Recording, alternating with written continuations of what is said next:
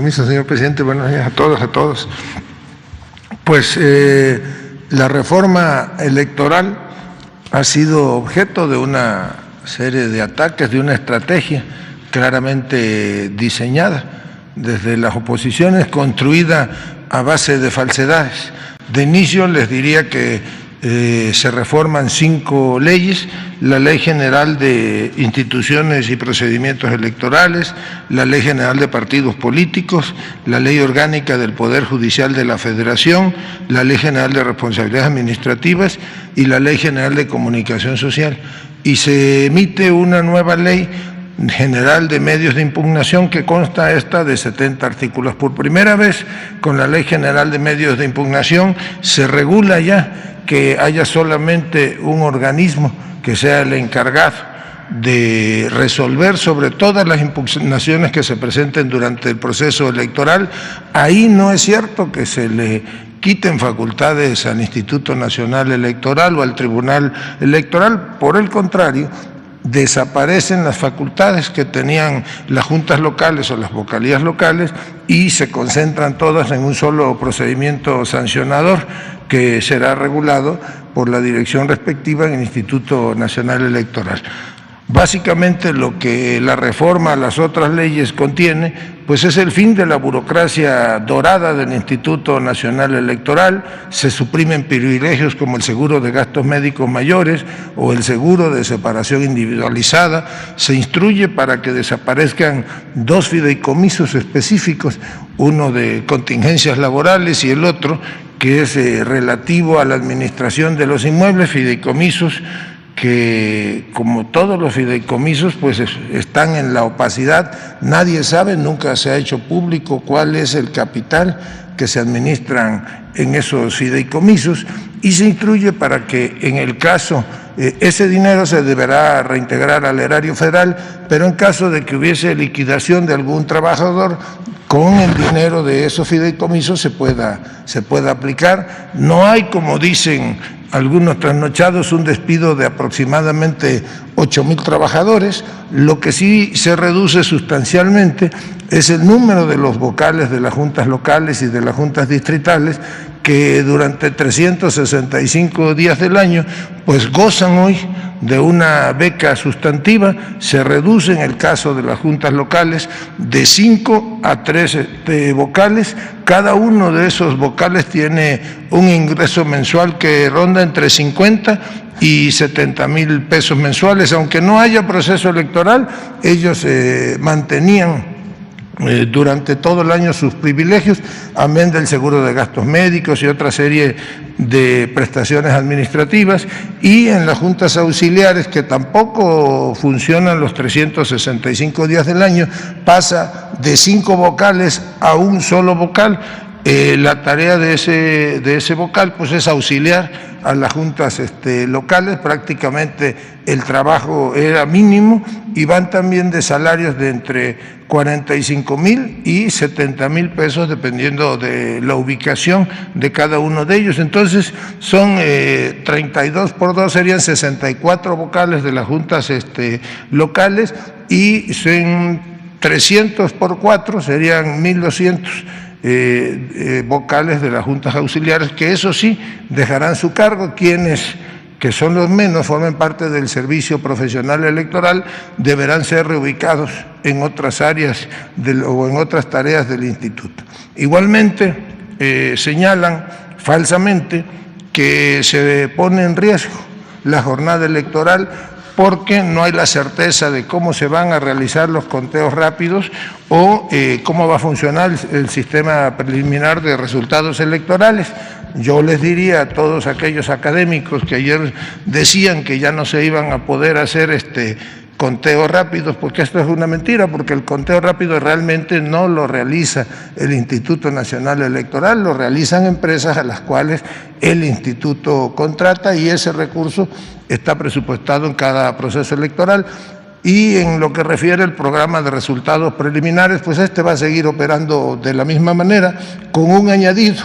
ahora, en lugar de que los mexicanos tengamos que esperar hasta el miércoles para que se realicen los cómputos distritales, pues ahora los cómputos distritales van a iniciar al momento que inicie la captura de las actas del programa de resultados preliminares. Esto es, pues habrá mayor certeza jurídica para realizar los conteos y muy probablemente en la madrugada del día siguiente de la elección ya los mexicanos conozcamos los resultados distritales oficiales de cualquier elección.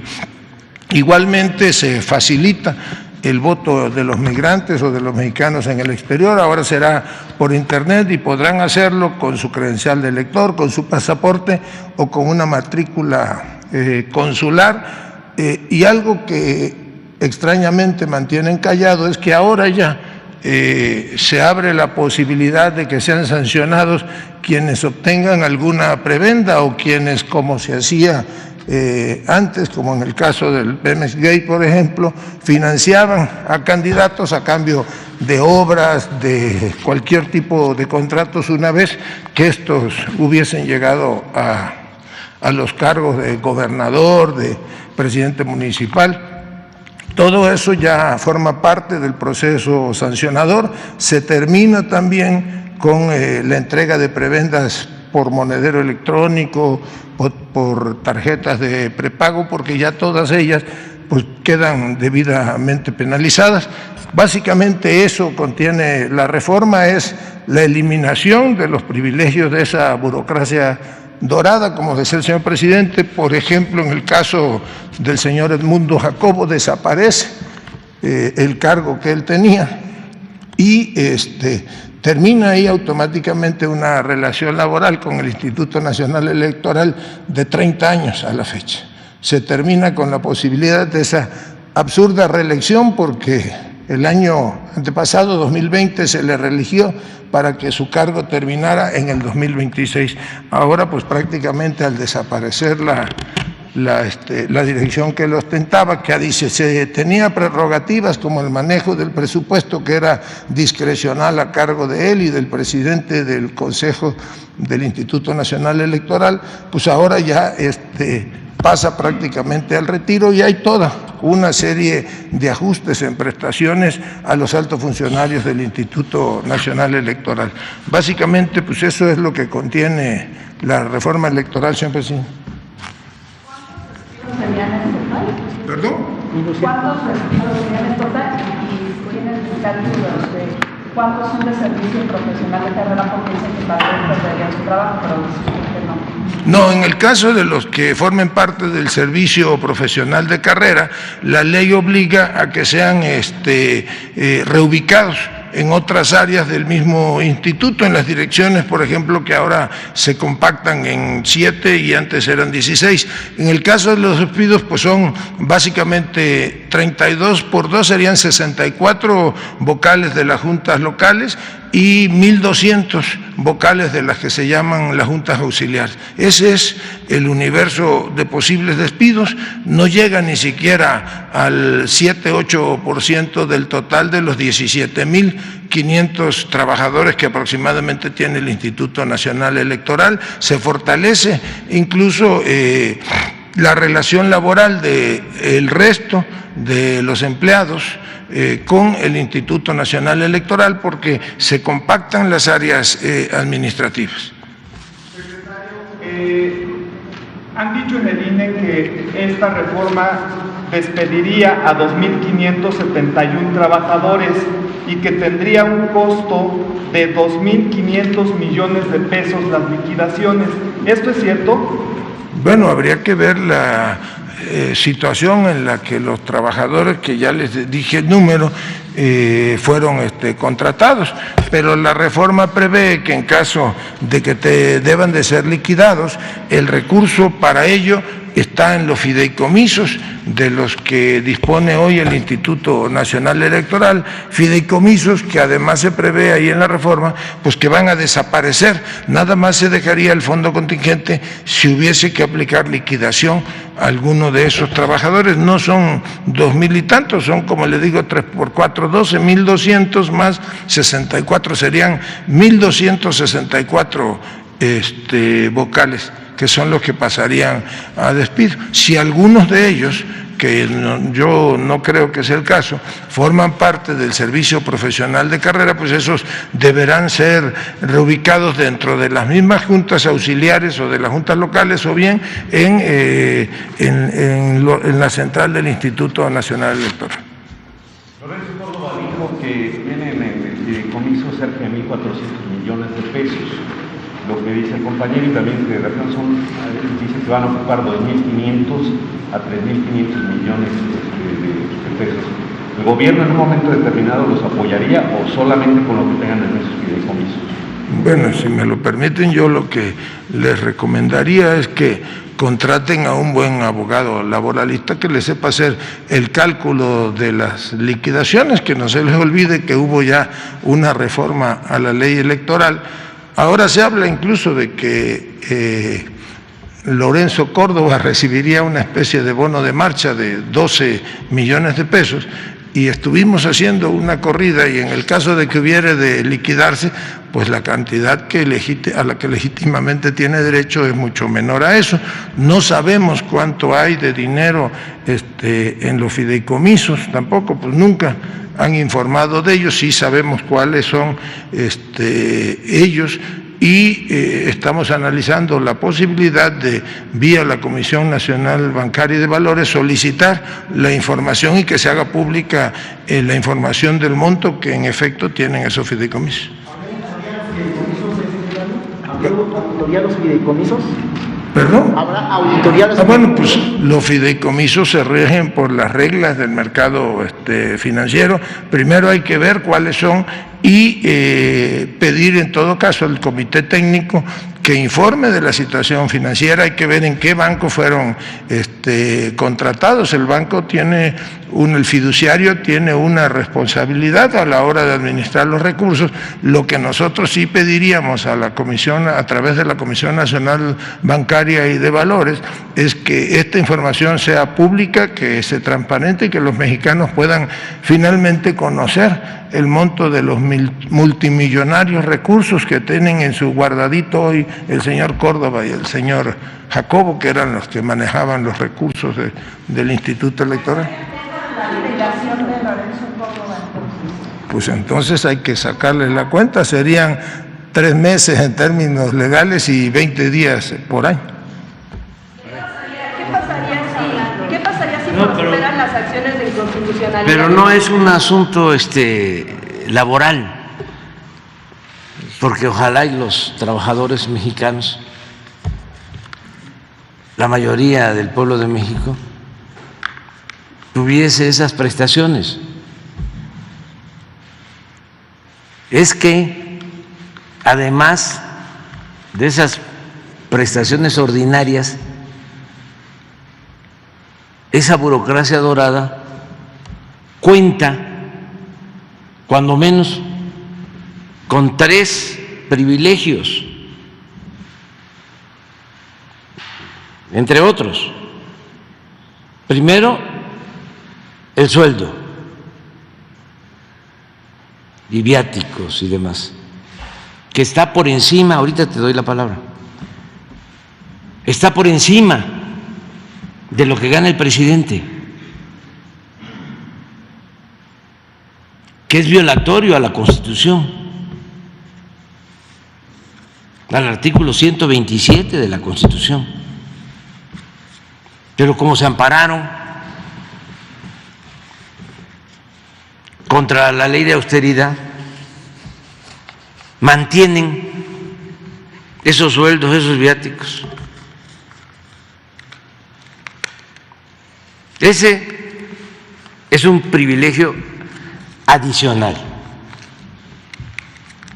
2, el servicio médico privado.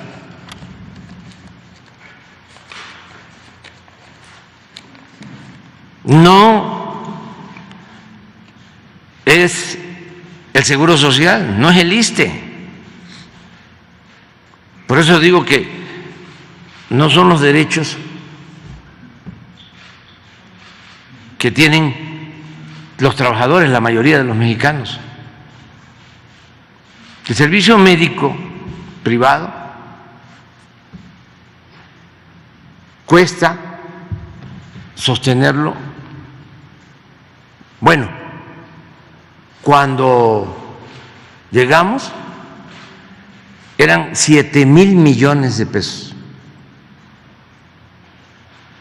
Nosotros lo cancelamos,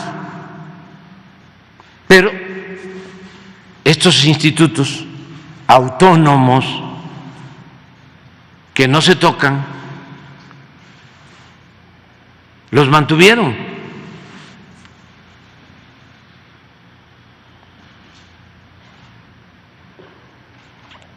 Y no se sabe a cuánto asciende este seguro médico privado. Les he dicho, porque me consta de que anteriormente se hacían hasta cirugía plástica. Una vez llevaron a un alto funcionario del Poder Judicial a un hospital para hacerle una cirugía plástica y hasta comentó su esposa al médico y a la enfermera: me le deja la naricita como la del licenciado Peña. Y todo esto a costillas del erario, pagado por el pueblo de México. Por eso nosotros cancelamos ese servicio médico privado. 2, 3, todo esto incluye al señor Jacobo, a Lorenzo Córdoba. 3, se dice, se va a liquidar, y de acuerdo a la Ley Federal del Trabajo, son 3 meses de sueldo por año de antigüedad. 20 días por año. 20 días por año. No, es que tienen una caja de ahorro especial en donde con el presupuesto público se les entrega una cantidad mensual que van ahorrando. Y este señor Jacobo, ahora que va a salir, se lleva todo lo que ahorró. O sea, si está ganando 160,000 pesos mensuales, puede dejar 10,000 y con el presupuesto público se le aporta otros 10,000, ya ahorró 20,000 pesos mensuales. Cuando termina su función o lo cambian, se lleva todo ese ahorro. ¿Cuánto costaba mantener esa caja de ahorro especial? Cuando llegamos, 6,000 millones de pesos al año, y la cancelamos. Pero estos se ampararon.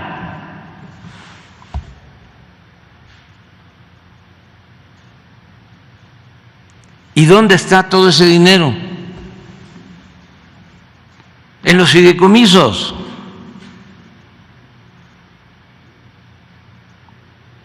¿Y cuánto es ese dinero?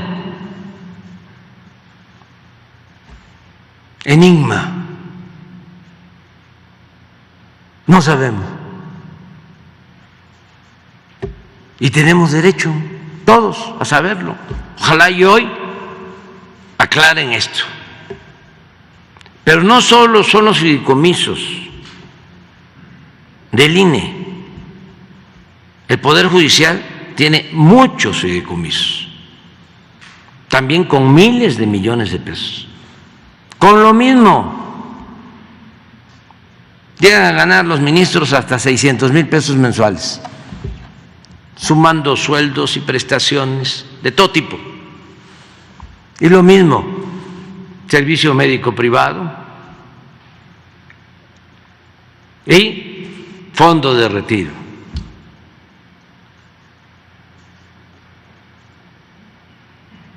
¿Y de dónde es el dinero? Lo aporta Claudio X González, o la señora Elvester Gordillo, o La Bastida, o Fox, o Calderón. Es dinero del pueblo.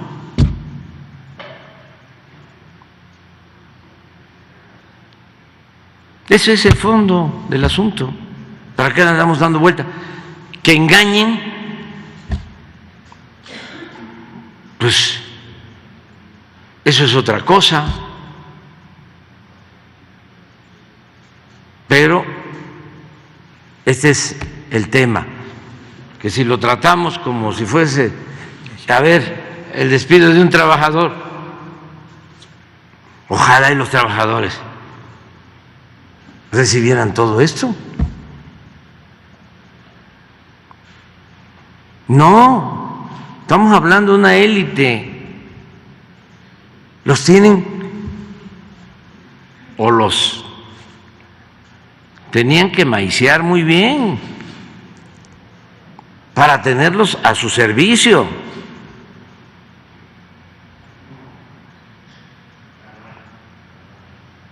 Y para poder manipular elecciones y hacer fraudes electorales.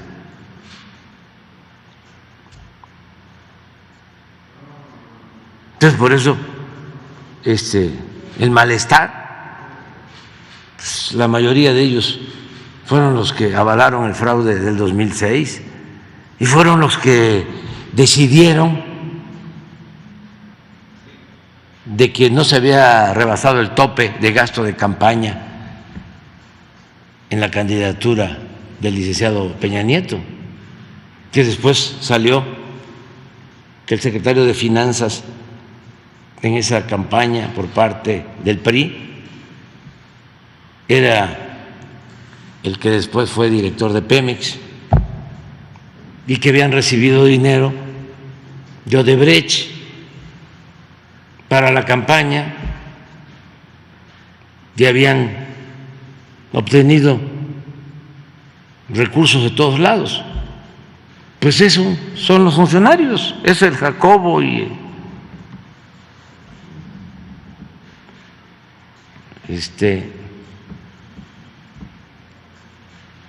Lorenzo Córdoba y todos los mismos.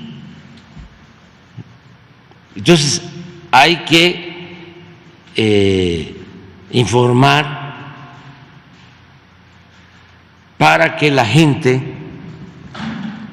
porque hay gente que no tiene esta información, como todos los medios de información, todos, con algunas excepciones, defienden al régimen de corrupción, al antiguo régimen de corrupción, pues en vez de informar, manipulan.